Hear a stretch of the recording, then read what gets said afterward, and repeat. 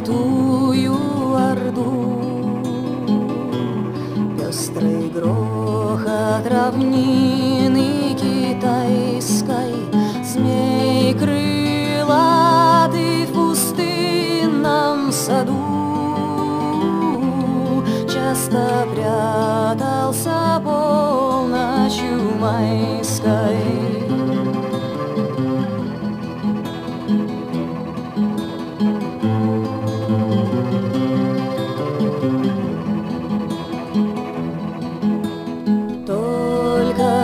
Девушки видеть луну выходили походкою статной.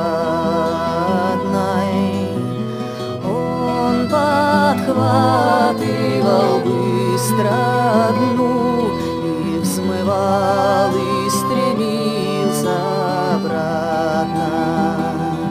Как сверкал, как слепил и горел медный панцирь под хищной луною, как серебряным звоном летел, ой, летел мерный клёкот над Русью лесной.